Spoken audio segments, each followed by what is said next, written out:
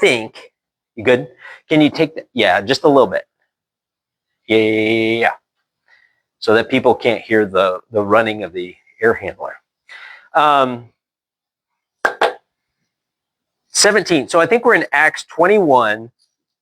I think I left off in verse 17, I think is what happened.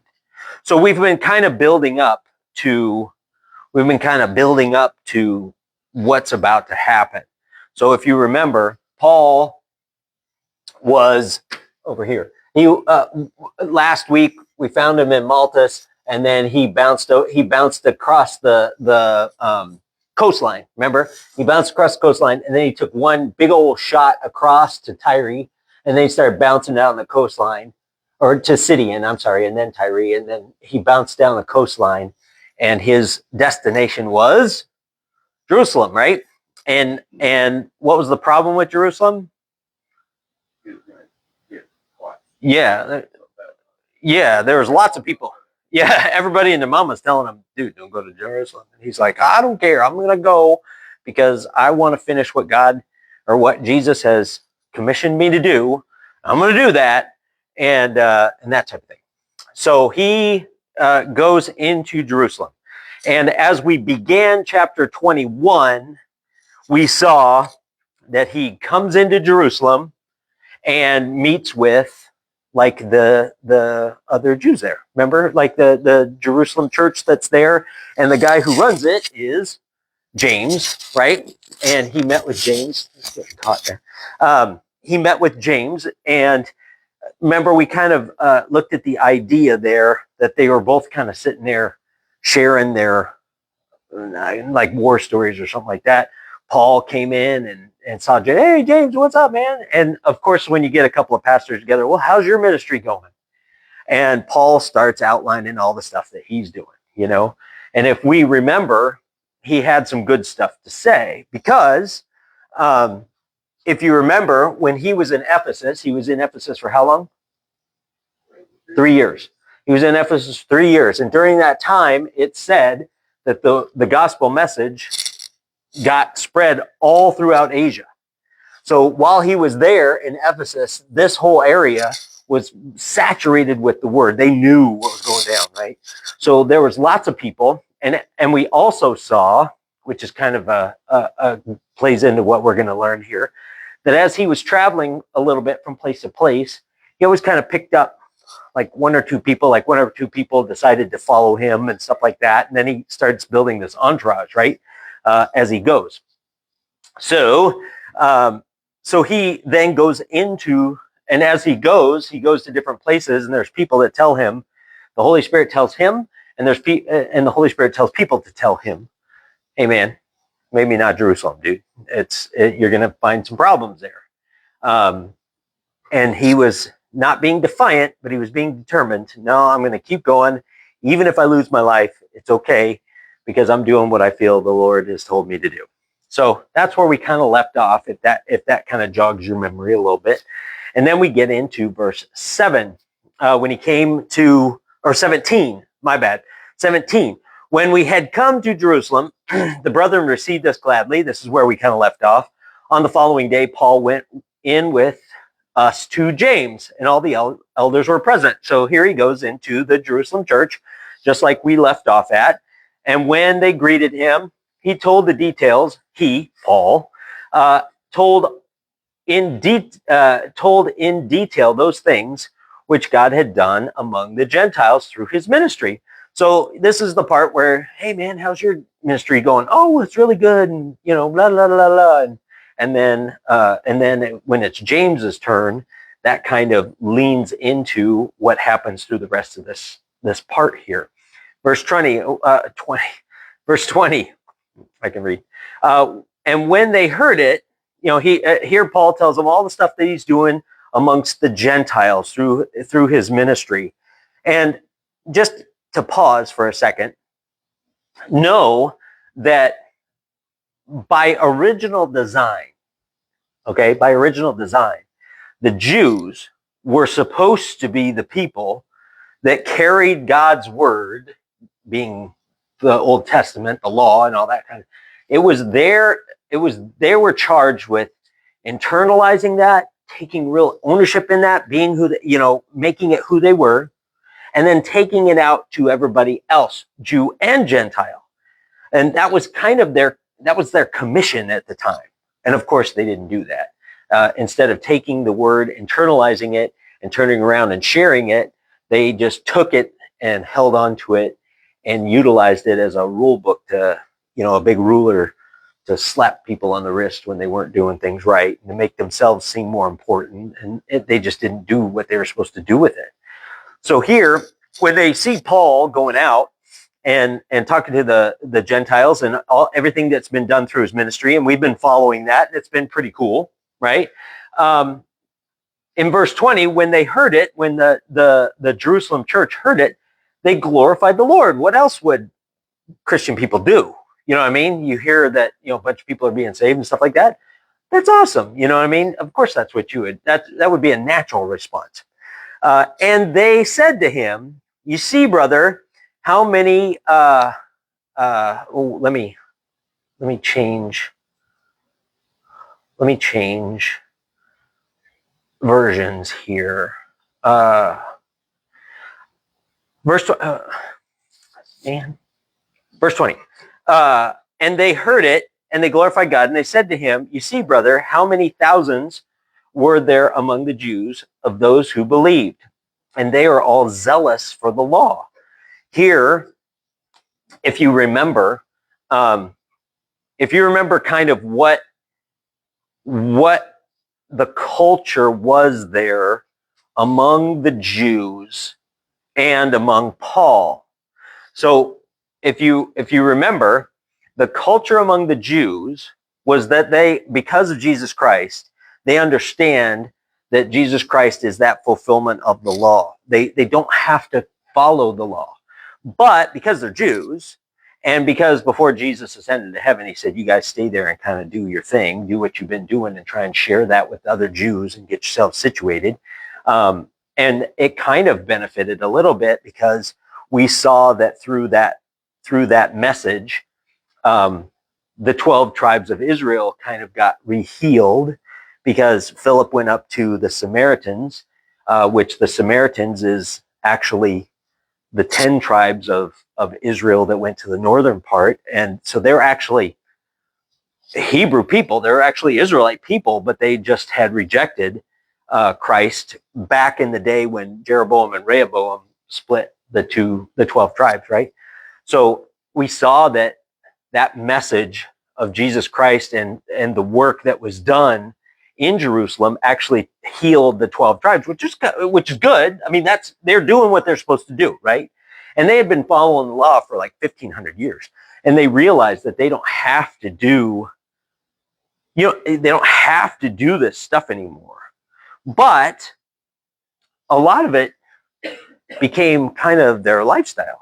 You know what I mean? Some of it, there's dietary restrictions, and they didn't probably need to do those dietary restrictions. As a matter of fact, we read in, once again, 1 Corinthians chapter 8, when Paul talks about dietary restrictions and how that's not even a thing anymore.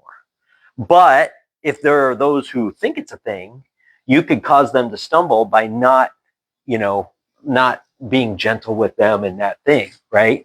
If you don't follow that dietary restriction, so to speak, with them, there's a possibility that you could cause them to stumble, and then you would devalue what you had to say. Like you as a representative, they were like, you're kind of weird. How many times have you had that guy, somebody tell you something and it's not like 100% and it's not 100%? You kind of look at that guy and you go, yeah, when he tells you something, you're kind of like, I don't know if I buy it because, he's kind of shady before. I don't know, that type of a thing.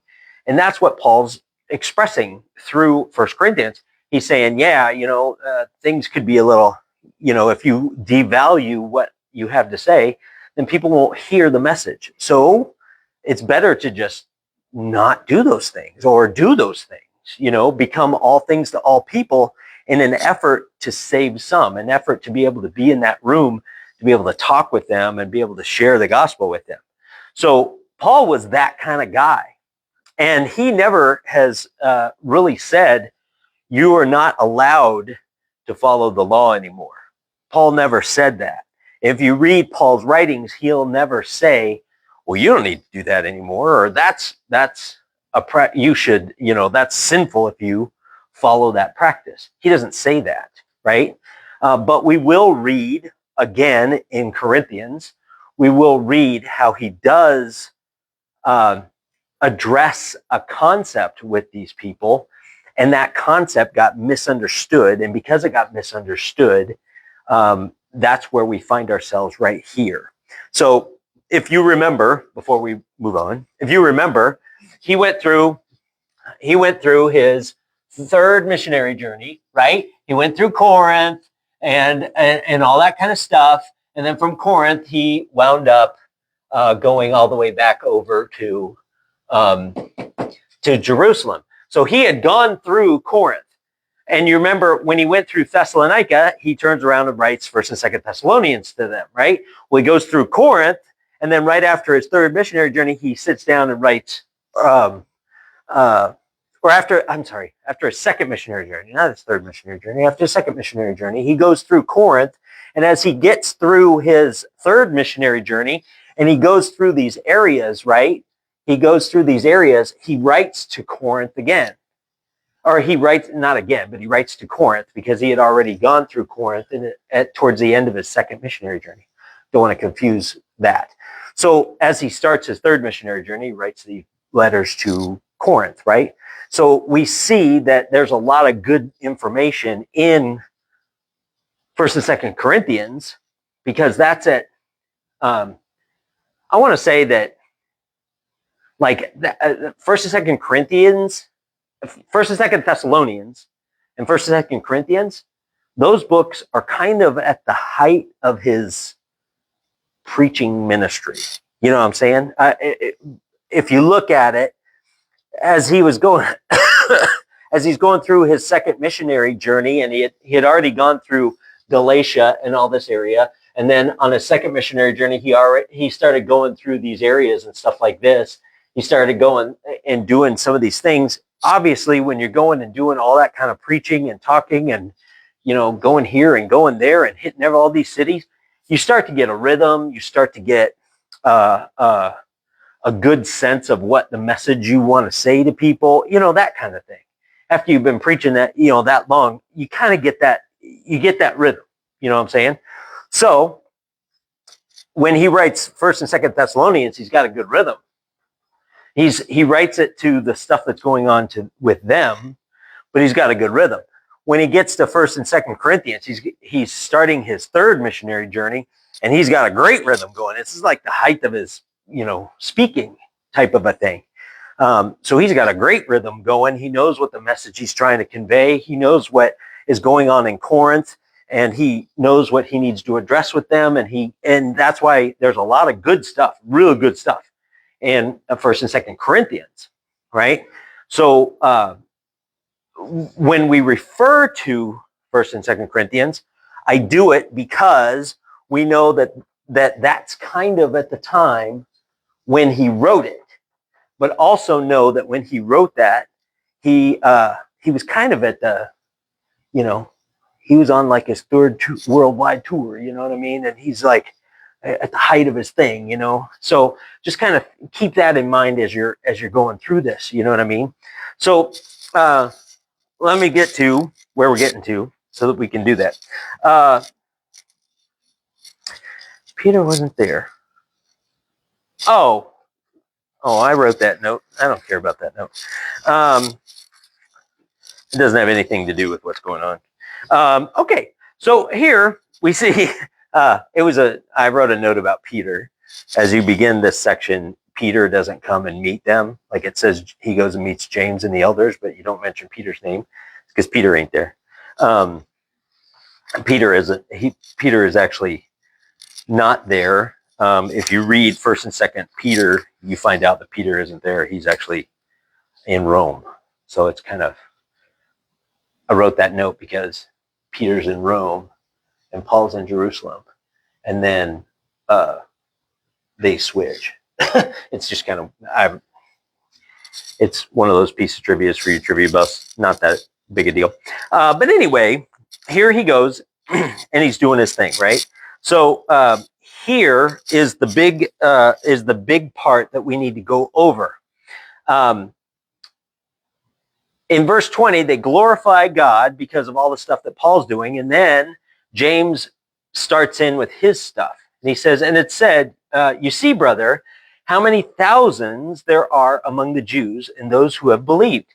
They are zealous for the law, and they have been told about you that you teach all the Jews who are among the Gentiles to forsake Moses, telling them not to circumcise their children or to walk according to their customs.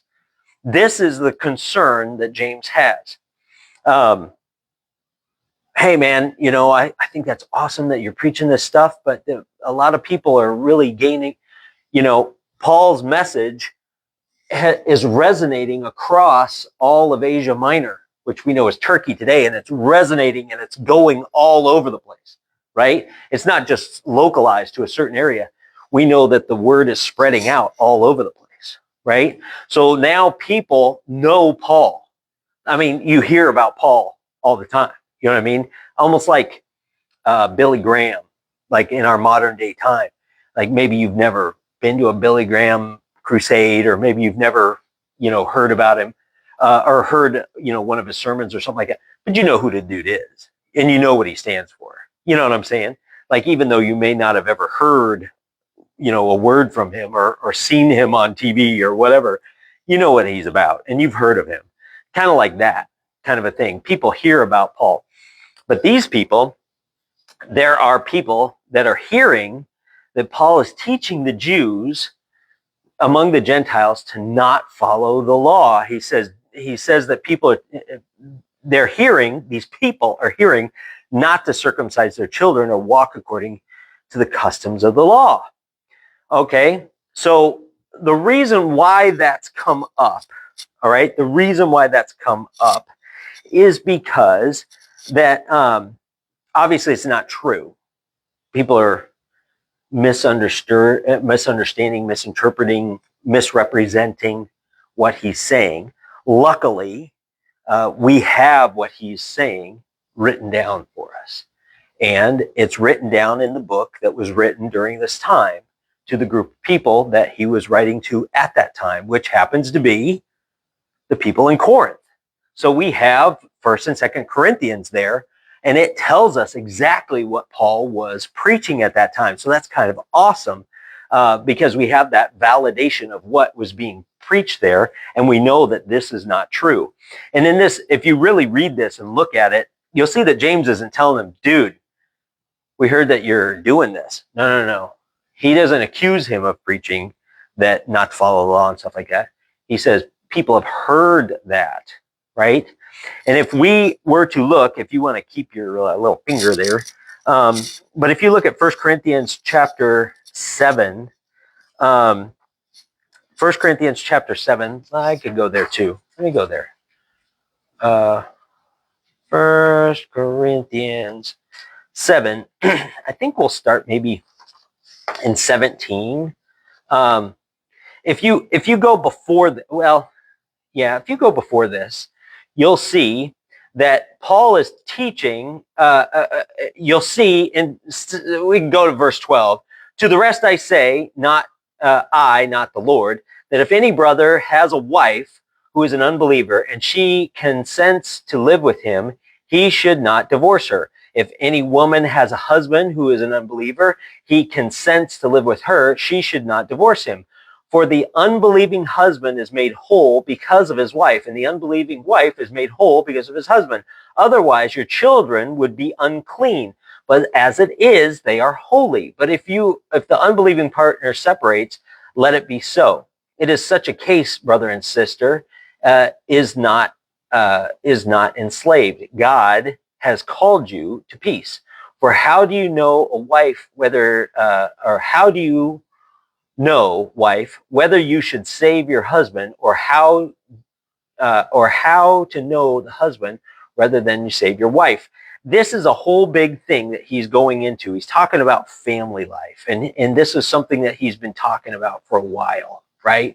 And he's talking about, the family life and how you should be, and if you have one believer, non-believer, that type of thing, all that kind of stuff. And then it comes into verse 17.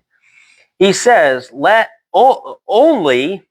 each person lead the life that the Lord has assigned to them and to which God has called him. This is my rule in all the churches. Was anyone at the time of his calling already circumcised? Let him not seek to remove the marks of circumcision. Was anyone at the time of his calling uncircumcised? Let him not seek circumcision, for neither circumcision counts for anything, nor uncircumcision, but keeping the commandments of God. Each one should remain in the condition in which he was called. This is what he is saying to them. He's not saying, wives, you should not, circumcise your kids and stuff like that. He's saying circumcision, basically what he's saying is circumcision doesn't count for anything. Neither does baptism, neither does, all the rites and things that you do, right? He's saying that all this stuff is not really going to save you. Keeping your religious ceremonies, baptism, circumcision, none of that stuff is going to save you. Okay? And what he actually is, what Paul makes a point in the book of Romans, is that even Father Abraham, that we all talk about, Father Abraham had many sons. Yeah. So Abraham, before circumcision was even a thing, Abraham believed and it was counted to him for righteousness. So what was his connection to God? His belief, right? It was just about that, belief in God. And the law is supposed to help you to believe in God. Now he is preaching to Gentile people. And Gentile people, back in the law, in the dispensation of law, you want to get to God. Remember, I told you about the tabernacle. The tabernacle is here where all the priests go. There's a little room, the Holy of Holies, where only God goes. And then there's that room that only the priests can go. And then there's an outer court where all the priests and the priest helpers go, and they would let people in to do their sacrifices and stuff. And then there was an outer court there, or an inner court, and that's where all of the Jews camped. And then there was an outer court, and that's where anybody else who was a Gentile would go. So if you want to get in to where God's at, you had to go through, it was like a huge visual aid, and nobody got it back then. We're cheating because we can look at it now. They have to go through the Jews to get closer to God, right? And that was how it was dealt with for 1,500 years. You want to get closer to God, you got to go through the Jews, learn the law, and then draw yourself closer to them. So then you had to become a proselyte. You had to become somebody who is a Gentile, but then follows the law, does all the stuff, does all the rites and the rituals, and becomes circumcised and all that kind of stuff. So why is Paul talking about this? Because he's talking to Gentiles who don't quite understand the purpose of it and what it's about. But Jews would understand that. Jews, if you're talking to Jews would get it. Like, dude, you don't need to be circumcised anymore because Jesus saves you. If you just said that statement to another Jew, they'd go, okay, and they would understand it because they know the history and why it's there for and all that kind of stuff. But here, he's talking to Gentile people. He goes, when you were called by God and you were circumcised, did that make you any closer? And if you were called by God when you're uncircumcised, did that make you any closer? Like, why? Neither one of those scenarios makes you any better or worse because you're on the same playing field. You're all equal in the sight of God during this dispensation, during this administration of God's, the mystery of the grace of God. During the same thing, Jews, Gentiles, he even writes it, Jews, Gentiles, slaves, free, men, women, everybody's on that same keel, right? So if you're circumcised, does that mean you need to become uncircumcised? Or if you are uncircumcised, does that mean you need to become circumcised? No, because none of that stuff really matters. Belief in Jesus, that's what matters. So here, Paul's message was getting kind of lost in translation.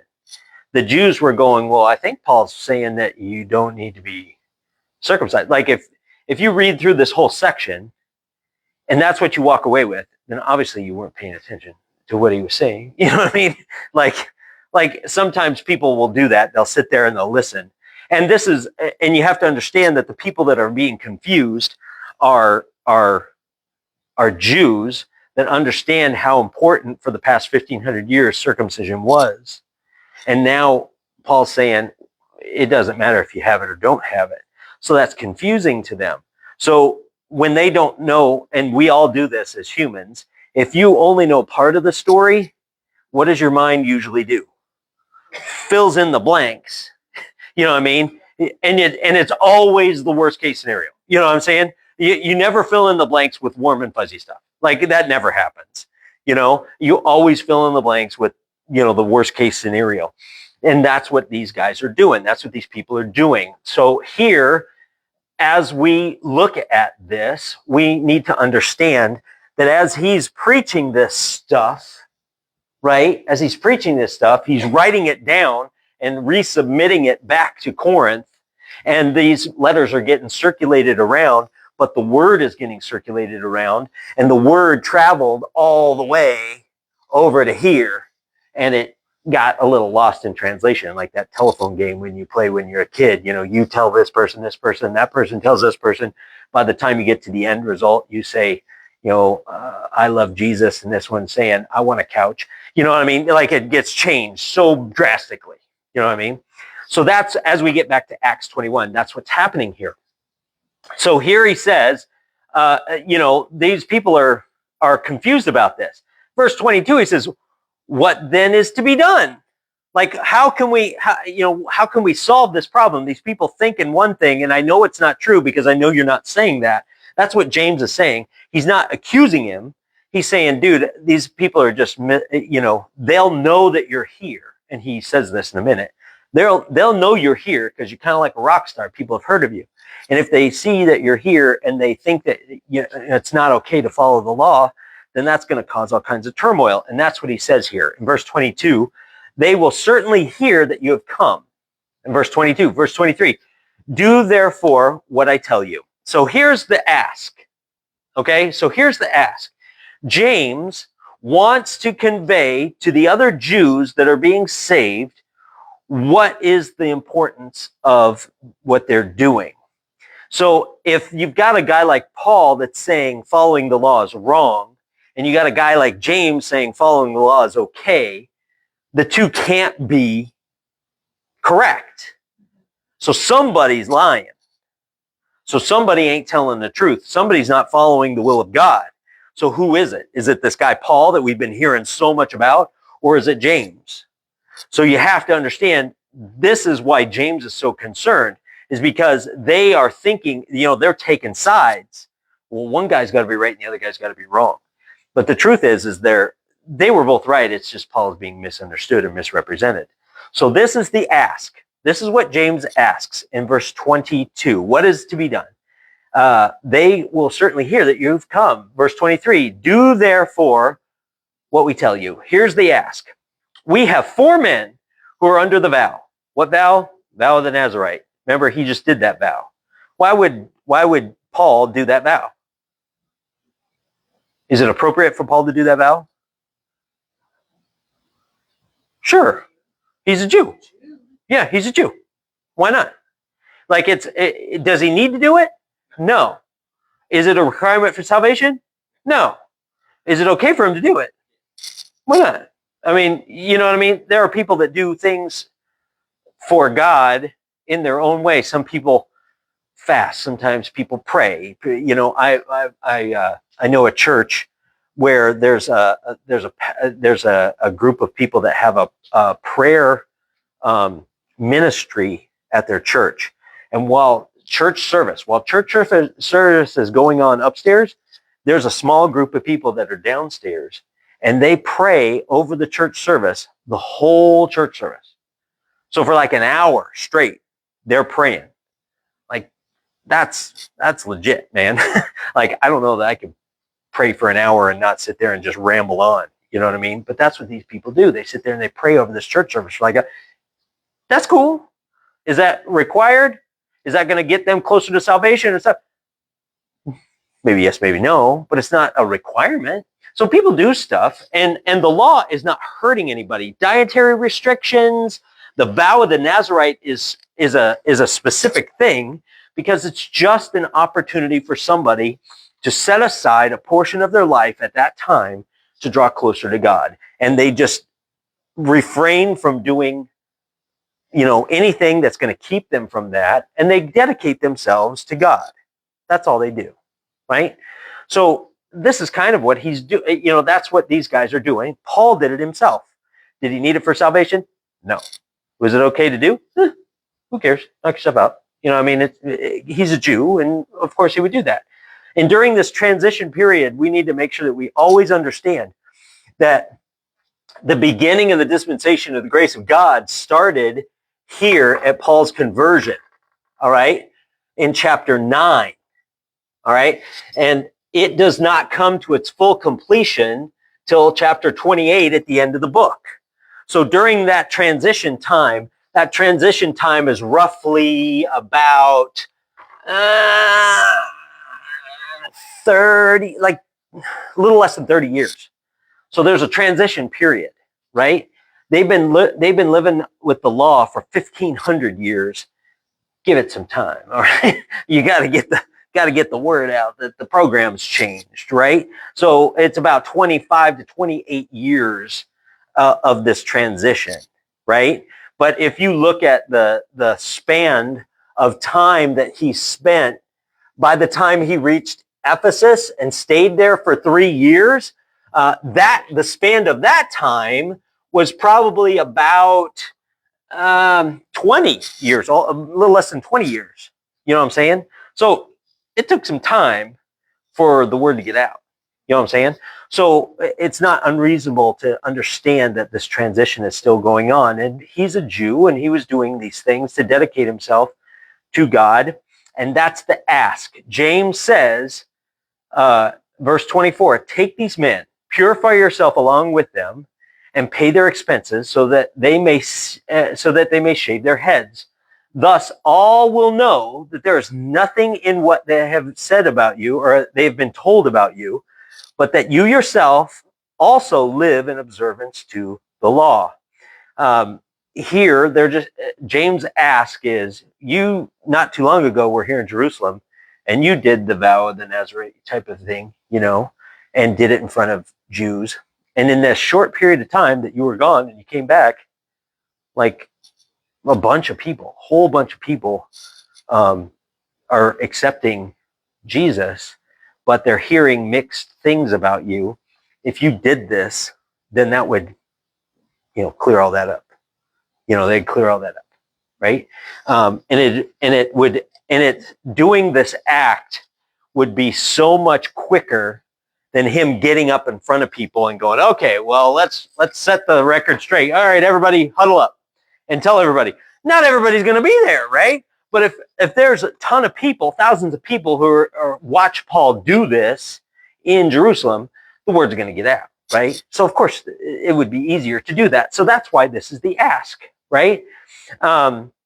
Here, and then in verse 25, he reminds Paul of of the Jerusalem church's commitment to the Gentiles. He says, but as for the Gentiles who have believed, we have sent a letter with our judgment that they should abstain from what has been sacrificed to idols, from blood, for the things that have been strangled, and from sexual immorality. That was when Paul came down after his first missionary journey to Jerusalem. All right. That's when Paul told them about his ministry. Peter said, yeah, you remember when I was talking to Cornelius and the dude just popped up with the Holy Spirit, and I got this, vision from God about the sheet that came down. So obviously there's something going on, and they validated it, right? So this was kind of an important thing, and they kind of wanted to make sure that they are getting this out to them, and they want them to be able to, be able to do this thing. So Paul, in verse 26, then Paul took the men the next day. He purified himself along with them, went to the temple, gave notice when the days of purification would be fulfilled, the offering presented for each one of them. He did that. So Paul was like, okay, that's fine. You know what I mean? Why would I not do this and cause everybody to stumble? Which is what he writes in 1 Corinthians chapter 8. Why would I not do this and show people that they can connect with, their traditions as well as accept Jesus? You know what I'm saying? Like, why would you not do that? You know what I mean? It's just kind of it's kind of an interesting kind of thing. This particular act, what he does here, sometimes theologians get all bent about this. Paul had no right to do this, and da da da da. Well, he was a Jew, and he just did it not too long ago, and it's not hurting anything, and it's helping the ministry that's going on in Jerusalem. So why not? But it's not really like the exact same as like people getting baptized today. Like even if it's not, it's a show, an outward showing. Right. Due salvation, it is an outward showing of saying, "Hey, this is my faith, right, and I have this certain level of commitment." Sure, and that kind of a thing. Is baptism a requirement for salvation? No. Do we need to do it? No. And I'll tell you, there are people, sadly, even in the grace movement that we're in right now, that are so adamant about that. Oh no, you shouldn't do that. You shouldn't go get baptized. And to be honest with you, I can understand them being upset, because if you know that the finished work of Jesus Christ on the cross is all that it takes to make you saved, and all you need is belief in that, then that's all you need. Like, sometimes people are like, well, we want to get baptized anyway. Why? Because God dying wasn't good enough for you? You're trying to cover all the bases, you know what I mean? Then obviously you don't have the faith in what Jesus did, right? Do I care if you go get baptized? No, I don't care if you go get baptized. As long as you understand that, like, it's not a thing. Like, you know what I mean? Like, it's not a thing. So do I care about that? I don't think so. And I don't think that this is a big thing for Paul to go, no, I'm gonna draw a line in the sand, and I'm gonna say no, and you guys are, you know what I mean? Because in the Corinthians passage that we just read, he says, let everybody stay in the situation in which they were called. If you were Jews when you were called, you wanted to do your Jewish tradition, do your Jewish traditions. If we have, like around Christmas time, everybody has their own traditions. You know what I mean? We have a tradition at my house that on Christmas Eve, we go pick all the favorite appetizers we have at the different restaurants that are around, and we go get those appetizers and we lay them out on a table, and we sit and watch Elf, and we watch and we eat all the appetizers that we have. Like, it's just a fun thing that we get to do, So we go to Sonic and we get mozzarella sticks, and then we might get some chips and dip, and we might get, we just do. Yeah, we get Texas Roadhouse rolls. Yeah, oh yeah. So, we'll go do stuff like that. And then we just have a bunch of random food, and we sit there and watch Elf. That's our tradition. For someone to come to me and say that tradition is stupid, only tells me that is something that you wouldn't do, but it's something I would do, and it's not hurting anything that I do it, that type of a thing. And people sometimes get a little bent about this because, it's not supposed to be done. Well, it's not necessary to be done. You know what I'm saying? And this, Paul knows that it's not necessary to do this, but these 4 guys committed themselves to the vow so they could draw closer to God. And what's he going to do? Walk up to these 4 guys and go, yeah, you're wasting your time. You know what I mean? That's not cool. That's not cool for, somebody to come and do that. So he's like, okay, I'll do that. Why not? Does anybody have any thoughts or comments or questions about that?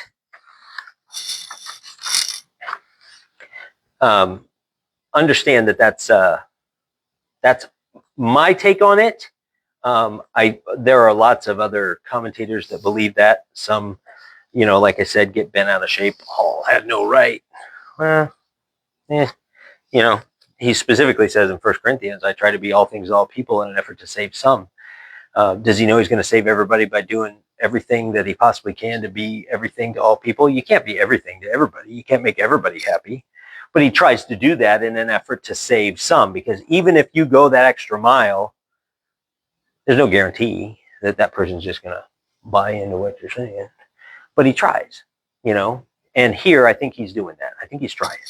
And this is during that transition period, so he kind of does that thing. Okay.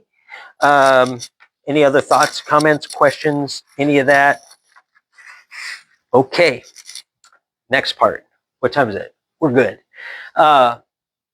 In the verse 27 starts another section, and this next section that goes basically through the end of the chapter is about the problems that they were warned about, that Paul was warned about by the Holy Spirit.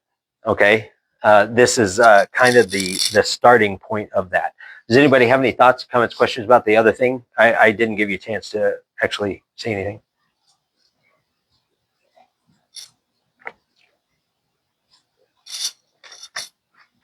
Okay, then.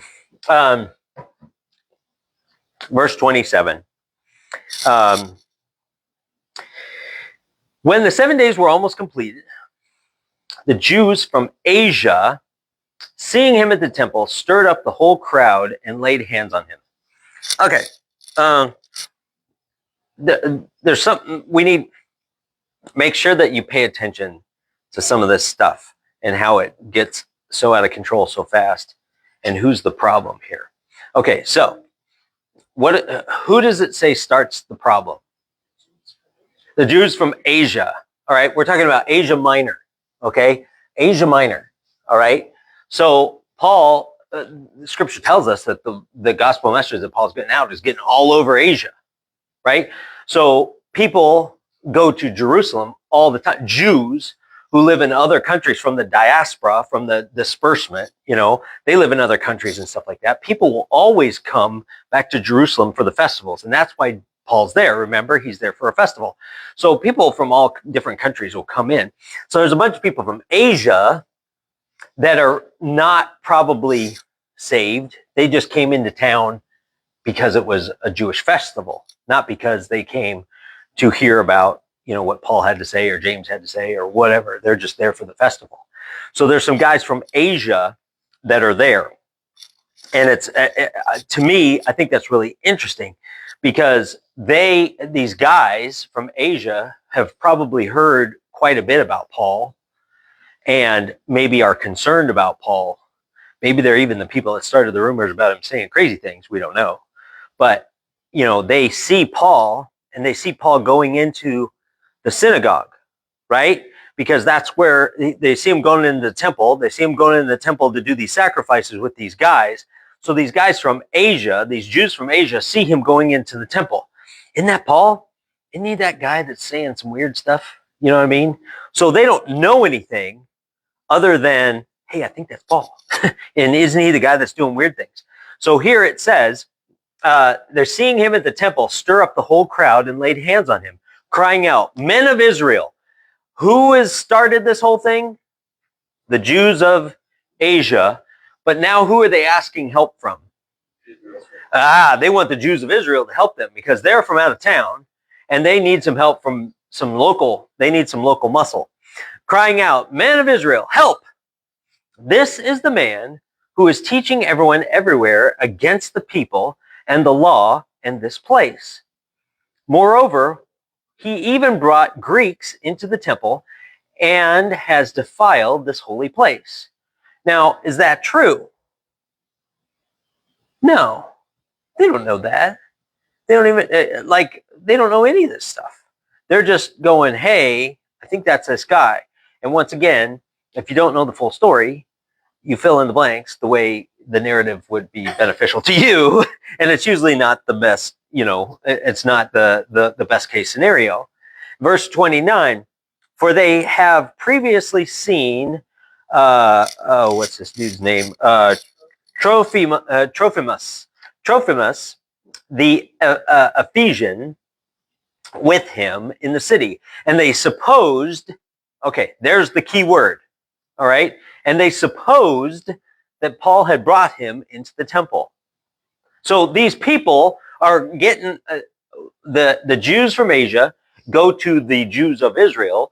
Hey guys, that guy Paul, he's the guy that's talking a bunch of crazy talk, and he's taking Jews, or he's taking Greeks into the temple and defiling it. But it tells us right here that even though they're stirring up the crowd there, what they are saying is that they suppose that he did. Why do they suppose that he took Greeks into the temple? Because they saw him with him. They saw him with a guy from Ephesus, right? They saw a Trophimus, which is funny. Trophimus means nutritious. I don't know what that means. It's another one of those pieces of trivia for you trivia buffs. His name in English means nutritious. I don't know what that is. But anyway, they see this guy who's obviously a Greek, and they just assume that since he's traveling with him, that he did that, right? Then all the city was stirred up. This is verse 30. All the city was stirred up, and the people ran together. And they seized Paul and dragged him out of the temple. And once the gates were at once the gates were shut. So they get him out of the temple. As soon as the temple's out, they close the door so he or none of the other Greeks or whatever can get back in there. And the people ran together. They seized Paul. Oh, I already did that. Verse 31. And as they were seeking to kill him, word came to the tribune of the cohort. You maybe have different words there. The tribune of the cohort that Jerusalem was in confusion. Let me switch back to a different translation here. Commander of the garrison. Yeah, that one's a little bit better. In the New King James, it says, and immediately, the commander of the garrison. Yeah, that's what it says. The commander of the garrison, that all Jerusalem was in an uproar, right? So here, do you remember when Paul went into, where did he go? Was it in Corinth? Oh man, I'm losing my mind now. He went into that city, and Christ came to him and said, "Don't worry, just preach. Like, go at it." Because every time he goes into a city, those people, there's a bunch of people that get saved, but then there's a bunch of people that are mad at him and they chase him out of town, right? But he goes into this city and they tell him, Jesus says, just preach, no problem. I think it was in Ephesus. I'm not sure though. I'm losing my mind. Anyway, they do grab him and they pull him aside, but then some Roman official, comes to him and says, dude, you need to slow your roll, because if the Roman soldiers hear what you're doing, they're going to get mad. And if they're going to get mad, they're going to come and roust everybody. So just take it down a notch, right? Remember that? You remember that whole thing? Here, the same thing happens, except this time the Roman soldiers heard about it already. All right. They grab him there, and what I think is funny, it says,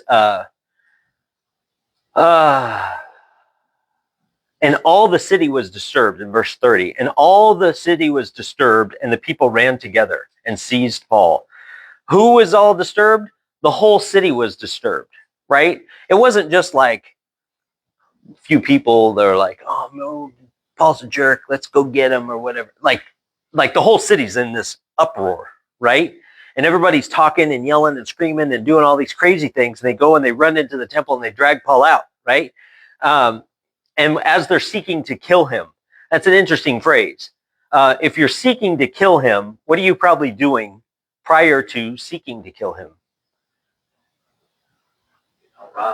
Getting all riled up. You're probably beating the tar out of the guy. You know what I mean? Like you probably don't care about his well-being at that point in time.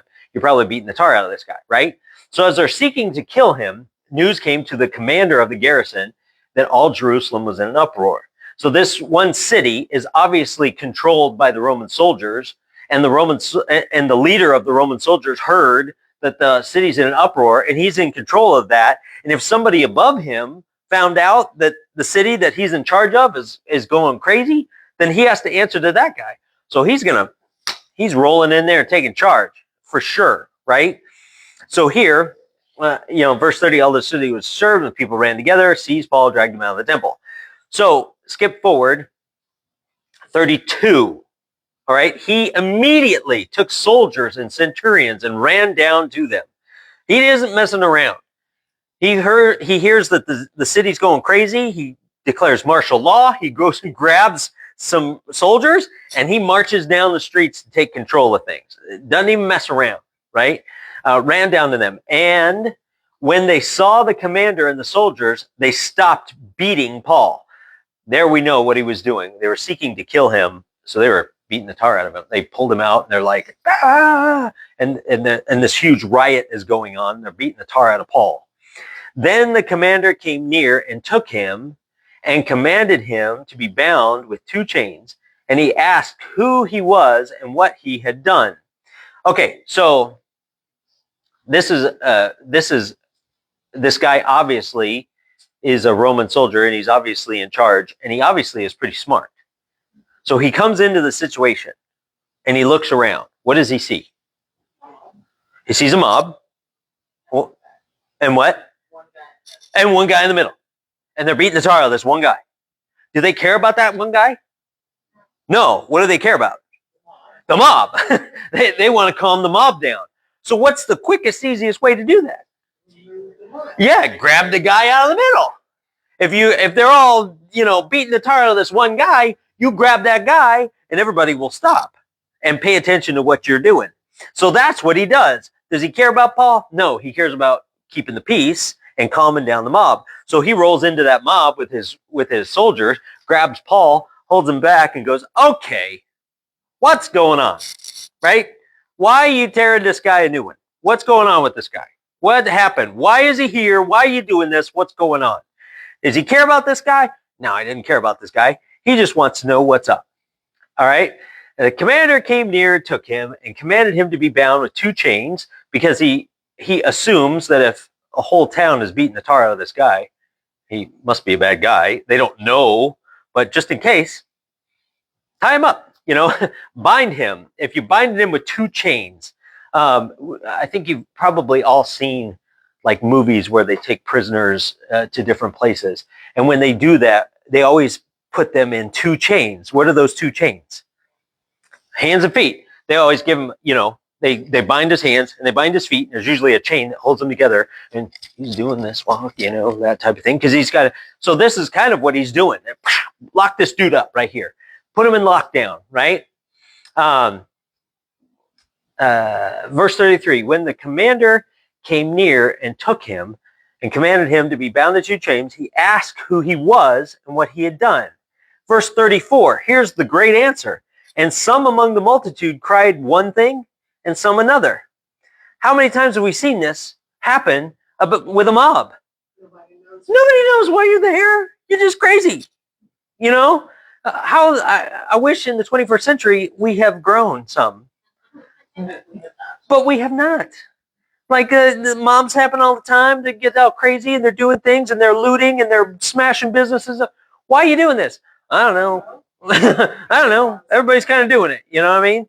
Well, that's dumb. Yeah, they're probably being paid to do it. But I mean, that's it. I wish we could say that we are a little different. So when Dad shows up, he grabs Paul. Why are you doing this? Well, he did this. Well, no, he did that. Nobody knows what's going on. They're just trying to cover their rear ends, right? Because they don't want the soldiers to grab them and chain them up, right? So, verse 34, the second part of 34, I should say. So, when he could not ascertain the truth because of the tumult, the commotion, he commanded him to be taken into the barracks. Okay, this guy's, let's take him in to our, like our barracks, our stronghold. Let's, get him off the street. Let's get him where he's going to be, safe, and we can secure him and all that kind of stuff. When he reaches the stairs, he had to be carried by the soldiers because of the violence of the mob. Poor Paul. He couldn't even walk. Verse 36, for the multitude of people following after cried out, away with him. Here we go. They don't even know why they're screaming, and yet they're screaming for him to, be away with him. Where was the last time we heard that? Yeah, away with him, crucify him, crucify him, It was less than a week later, before that, they were going, Hosanna, blessed is he who comes in the name of the Lord. Now they're crucify him, away with him, away with him. I'm not saying Paul and Christ are the same, but they had similar instances here. And that's what happens when you just work up a mob. They don't even know what they're doing. They're just crazy, right? So here, verse 37, then as Paul was about to be led to the barracks, he said to the commander, may I speak to you? Now, this is an interesting piece of the puzzle. If you stopped right there and he says, may I, he can't even walk. They're carrying him. And he looks up at the commander and goes, may I speak to you? That doesn't seem like that's a big deal, right? But if you keep reading, he replied, can you speak Greek? So, and he says, are you not the Egyptian who some time ago stirred up a rebellion and led 4,000 assassins out into the wilderness? This guy, historians talk about an Egyptian guy who got some assassins and did some things. He was an Egyptian guy. And here, this guy is thinking, if the whole city is beating the tar out of this guy, he must really be bad. And the biggest criminal he knew at the time was this Egyptian that got all these, if you read some of the historians, that's just something that was going on at the first century at that time, right? So he says, may I speak to you? But as soon as he says it in Greek, which is their language. So he's assuming maybe this guy's a really bad guy. The only bad guy that we know, public enemy number one is this, Egyptian guy, and he wouldn't know Greek. You know what I mean? But here, Paul speaks to this guy in Greek, all right, which changes everything. All right, verse 39. But Paul said, I am a Jew from Tarsus in Cilicia, a citizen of this says no mean city, but it could maybe a better translation would be an insignificant, of no insignificant city. All right, why I'm a Jew from Tarsus in Cilicia and a citizen of no insignificant city. What's he saying? I'm a rabbi. No, that's not what he's saying. He's saying I'm a somebody. Yeah, he's saying, yeah, I'm from Jersey. Back up. No, he's saying I'm a Roman citizen. That's what he's saying. He's saying I'm a Roman citizen. Well, that changes everything. They thought he was a terrorist and they were going to take him out back and work him over, that type of thing. But now that he speaks Greek and he says, I'm a Roman citizen, that changes everything. This is Romans that are doing this, and they have Roman law. Roman citizenship is a big deal because you have rights as a Roman citizen. And because he says to them, I'm a Roman citizen, okay, well, this changes things.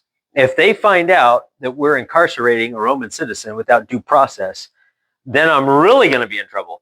If somebody heard that my city was, in a frenzy and it was mob, it's killing people in the streets and stuff like that, the higher ups could be really mad. But now, if they find out that not only did this mob try and kill a Roman citizen without due process, and he didn't give them due process, now his life's on the line. So this changes things a little bit here. So Paul says, hey man, I'm a Roman citizen, and I implore you, permit me to speak to the people. So when he had given him permission, which is kind of funny, hey, I'm a Roman citizen, is it all right if I talk to the people? Well, yeah, you're a Roman citizen. It kind of changes things. Before they were carrying him to get him off the streets, and now they're allowing him to speak to the people. Paul stood on the stairs and motioned with his hands to the people. And when there was a great silence, he spoke to them in the Hebrew language. Now, that's another piece of the puzzle, too. We know that he's half Hebrew. We know that he's half Greek. We know that he knows both languages. He always leaned into the Hellenistic Jews because those were Jewish people that could speak Greek. He spoke Greek to the Roman soldiers so that he could get their attention. But when he's going to talk to these people, he talks to them in their native language, Hebrew, and that's once again kind of a reassurance, I guess you could say, of why Paul was chosen to be this guy, because he had one foot in both worlds. And because of that, he could say in Greek, I'm a Roman citizen. That gives him certain props. And then he says, okay, I'm going to talk to you guys, and I'm going to talk to you in your native tongue so that you'll understand. And he talks to him in Hebrew, which is kind of a thing. And he says, that's what it says. He spoke to them in the Hebrew language, saying, it's the end of the chapter. Dun, dun, dun. Dun, dun, dun. Yeah. So with this all happening, Yeah. Since they find out that he is a Roman citizen, Mm-hmm. and I know he's going to talk to the people after this, but when he was, oh my gosh, let's see, when there was another mob and he, got beaten up, and then he wasn't able to they took him away and everything, and then at the end he's like, by the way, I'm a Roman citizen, and that, Potty. like that put him on the higher pedestal with this because he's not in prison and he's been able to say it. Wouldn't there be due process for now the mob because they broken the laws? Because they were trying to get Paul on breaking laws, the Jewish law, so it didn't pertain to him. And the Romans are like, this is your law that you need to uphold. So you have riots in LA. Do you arrest everybody? I'm not saying you shouldn't, but it's impossible. You can't just lock up a whole city. But this is also the Romans, and the Romans were pretty... Doesn't change a thing. Doesn't change a thing. You can go out there and beat the tar out of people and stuff like that, and you wouldn't have to worry about your conscience or due process for people that weren't Roman citizens. But you can't just lock up a whole city.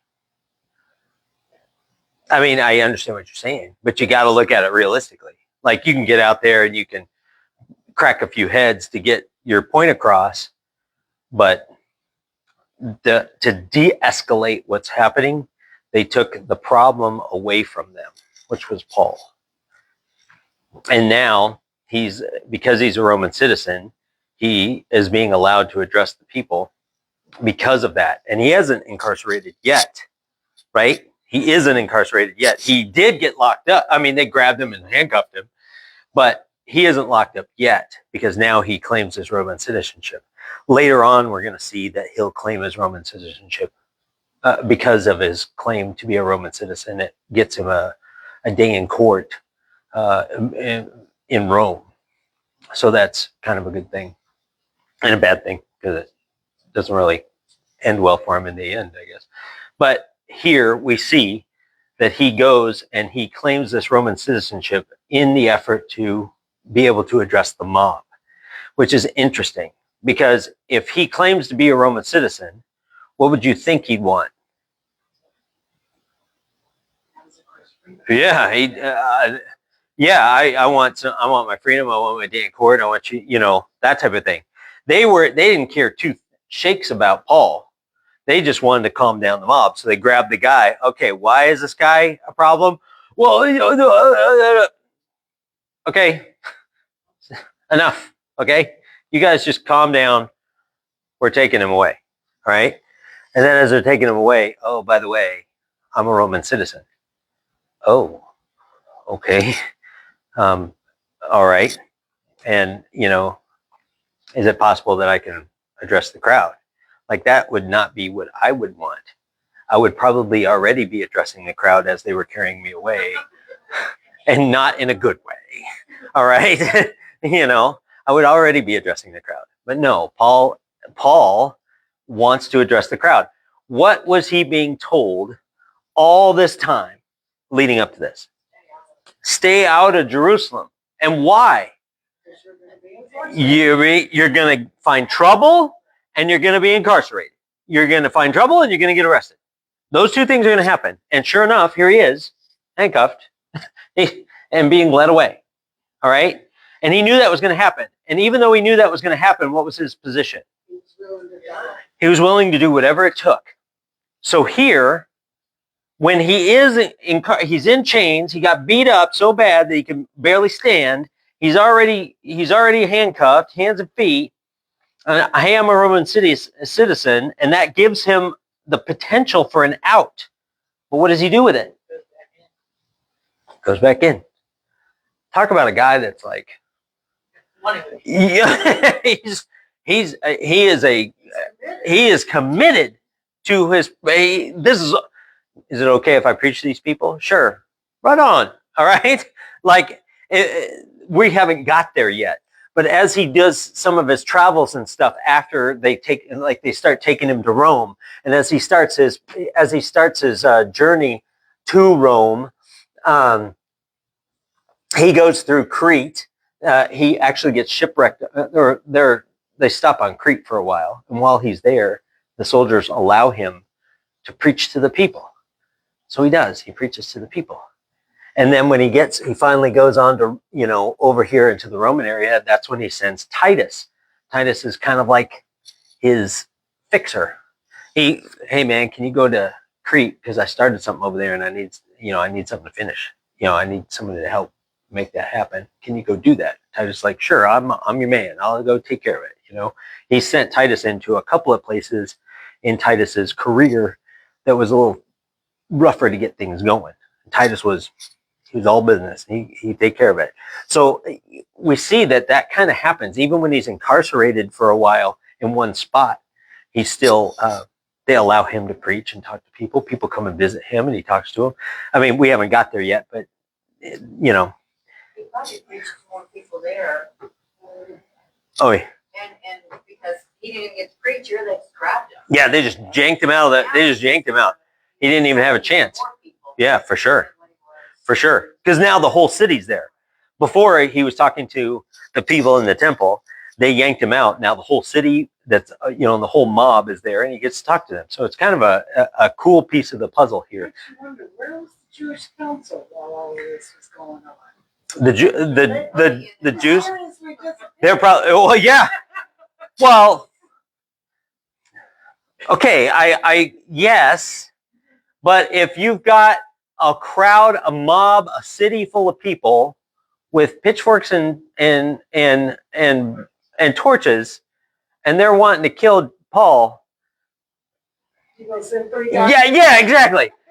No, I got this. Yeah, I mean, even after the Romans grabbed him, though, why didn't they come to him then?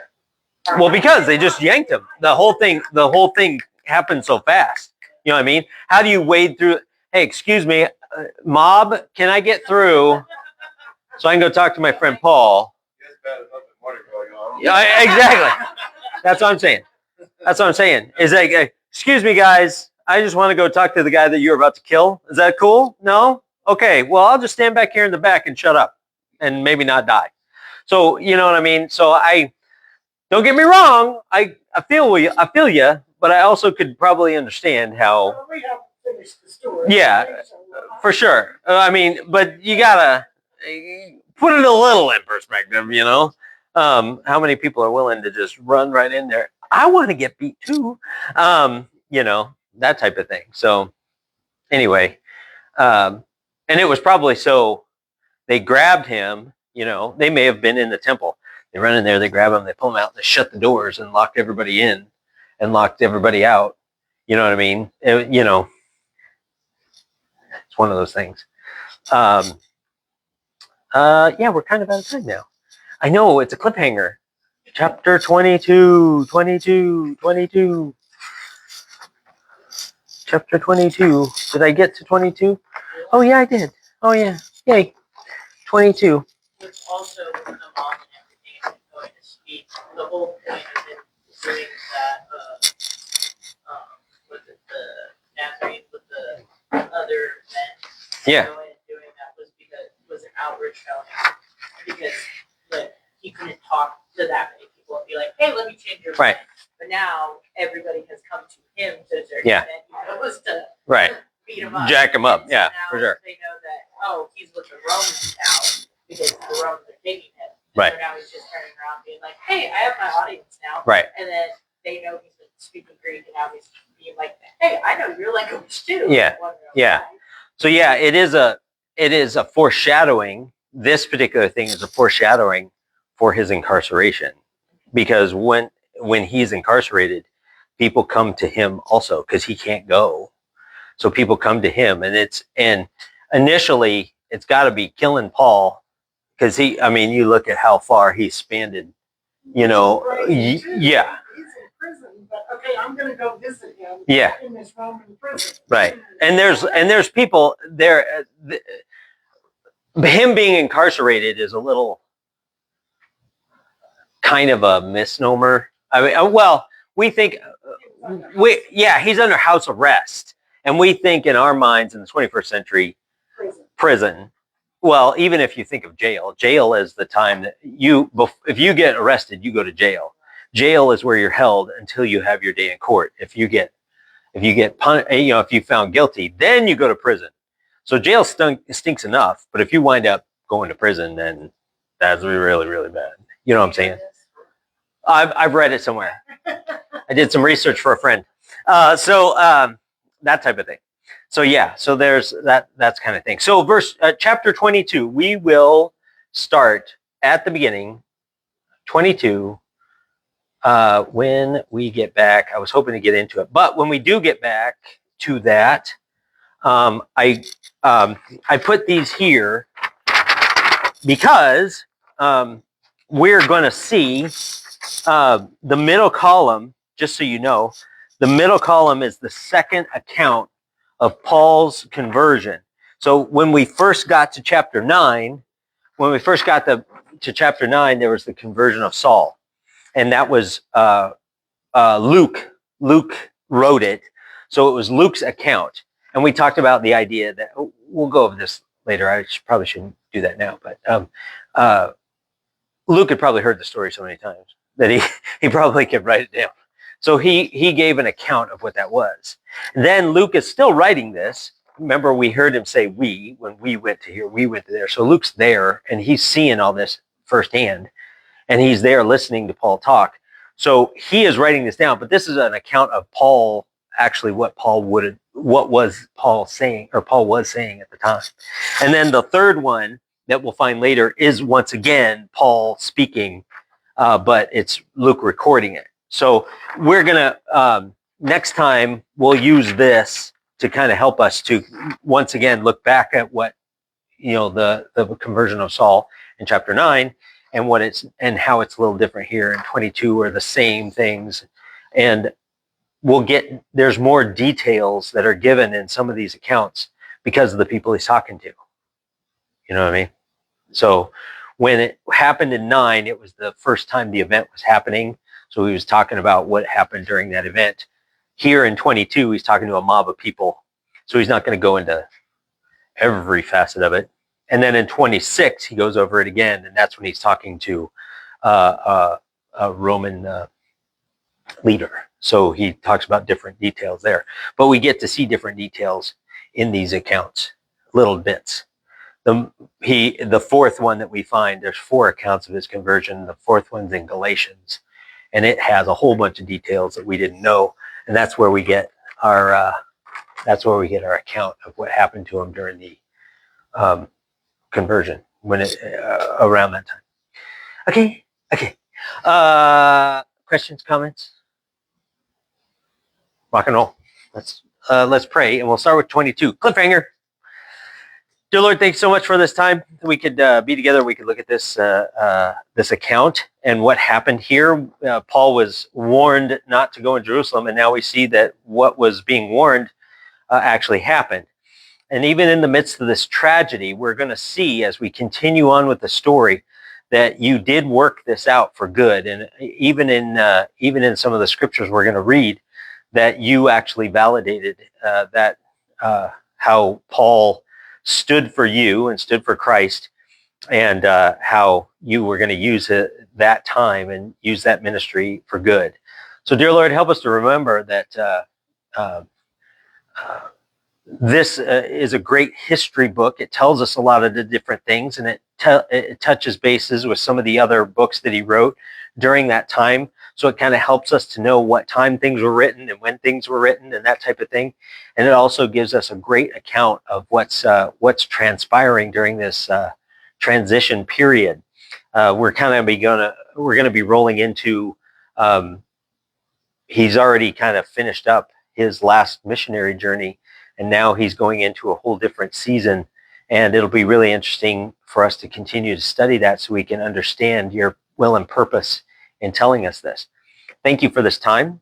Thank you that you gave us your finished word so that we can use it to study and know what happened and honor you in it, and help it to just kind of get us to understand the importance of the history of the Bible during this time. Thank you so much, dear Lord. We ask this, or we bring this before you in Jesus' name. Amen. Okay. Just hit stop or